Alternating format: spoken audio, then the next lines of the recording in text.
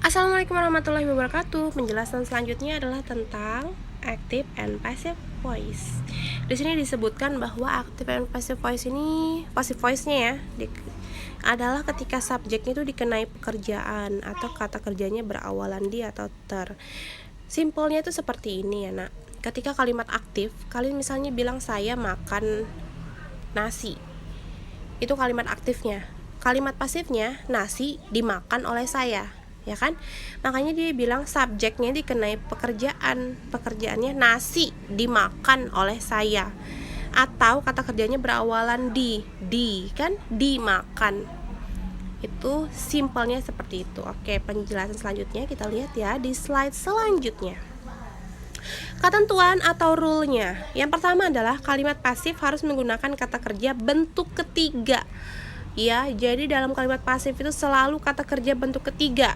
Tidak ada verb 1, tidak ada verb 2, tidak ada kata kerja bentuk pertama, tidak ada kata kerja bentuk kedua. Selalu kata kerja bentuk ketiga. Dan dia pasti ada be-nya. To be-nya ada is, ada am, are, was, were, be, been, being. Ya, itu yang menjadi ciri khasnya. Jadi contohnya kayak Miss bilang tadi sebelumnya, saya makan nasi, I eat rice, misalnya gitu ya. Terus Miss akan bilang nasi dimakan oleh saya, rice is. Isnya Miss kenapa pakai is Miss? Karena rice itu kan termasuk dari eat. Ingat subjek itu ada I, you, we, they, she, he, it. I saya, you kamu, we kita, they mereka, she dia perempuan, he dia untuk laki-laki, it itu untuk benda. Rice-nya ada satu ya. Jadi satu kesatuan ya, beras itu. Maka Miss menggunakan is. Rice is. Kemudian kata kerjanya kan eat. Yang Miss lakukan kan makan, eat. Tapi dia harus diubah menjadi kata kerja bentuk ketiga. Jika kata kerja bentuk pertamanya eat, kata kerja bentuk keduanya ate, kata kerja bentuk ketiganya maka eaten. Verb 1, verb 2, verb 3. Kita gunakan verb 3-nya, eaten ya. Rice is eaten. Kemudian ciri khas dari passive voice itu pasti ada kata by-nya. By itu artinya oleh, by ya, by. Bukan bye-bye, bukan itu ya, tapi by. Itu bukan, maksudnya bukan by yang kayak bye gitu, kayak sampai jumpa gitu, enggak, tapi by, oleh. Nah, itu ciri khasnya juga. Walaupun terkadang kalau passive voice juga dia untuk menyingkat tidak memasukkan by nggak apa-apa, tetapi salah satu ciri khasnya kalau kalian ada lihat ada kata by-nya itu berarti sebuah passive voice. By me, rice is eaten by me. Jadi nasinya dimakan oleh saya. Rumus dasar dari passive voice atau kalimat pasifnya itu adalah yang pertama ada subjek orangnya, kemudian ada to be itu tergantung ya. Kalau I berarti to be-nya am untuk masa sekarang, kalau masa lampaunya was. Kalau you, we, they, present sekarangnya adalah are, masa lampaunya adalah were, W-E-R-E.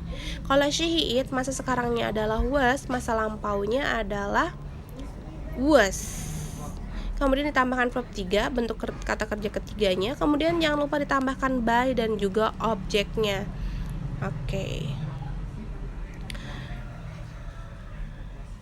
Oke, yang selanjutnya adalah bentuk kalimat pasif mengikuti bentuk tensesnya. Jadi tergantung, kalau masa lampau dia berarti pakai was, were gitu ya.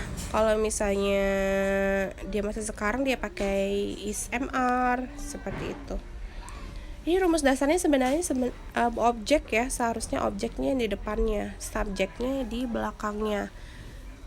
Kalau menurut Miss itu lebih mudah dipahami ya. Jadi kan objeknya apa? Nasi, misalnya kita nasinya diapain? Dimakan oleh siapa? Oleh saya. Makanya objeknya dulu baru ke subjek.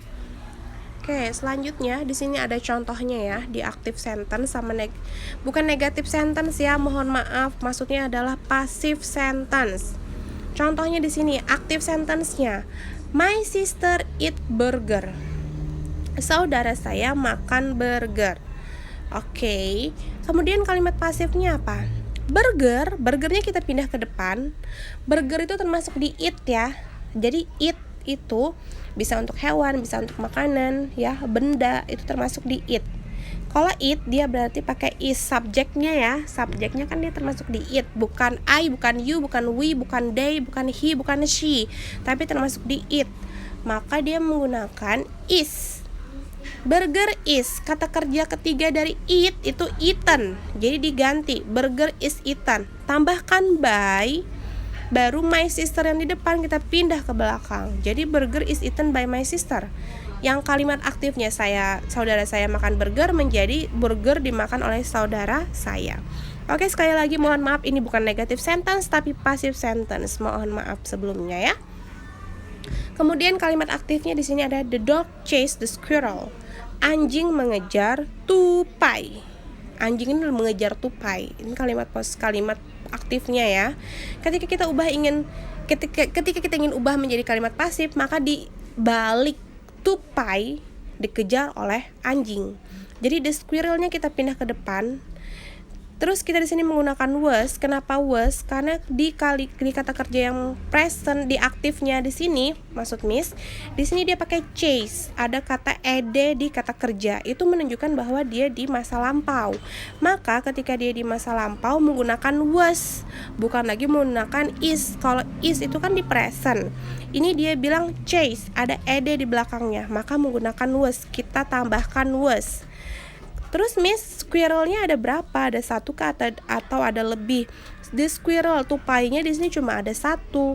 Maka kita menggunakan was, bukan menggunakan were. Kecuali kalau Miss ditambahkan di sini s. Di belakang the squirrel, Miss tambahkan s, the squirrels. Berarti tupainya ada banyak. Tapi karena tupainya hanya ada satu, maka kita menggunakan was. Setelah to be, kita tambahkan kata kerja bentuk ketiga. Kata kerja ketiganya sama ya dengan kata kerja kedua, yaitu chase. Ditambahkan ed di belakang. Kemudian jangan lupa tambahkan by, dan the dog-nya kita pindahkan ke belakang. Jadi tupai dikejar oleh anjing. Oke, itu saja penjelasan Miss untuk active and passive voice. Jika ada pertanyaan, silahkan komen di bawah atau chat Miss langsung ya. Terima kasih. Wassalamualaikum warahmatullahi wabarakatuh.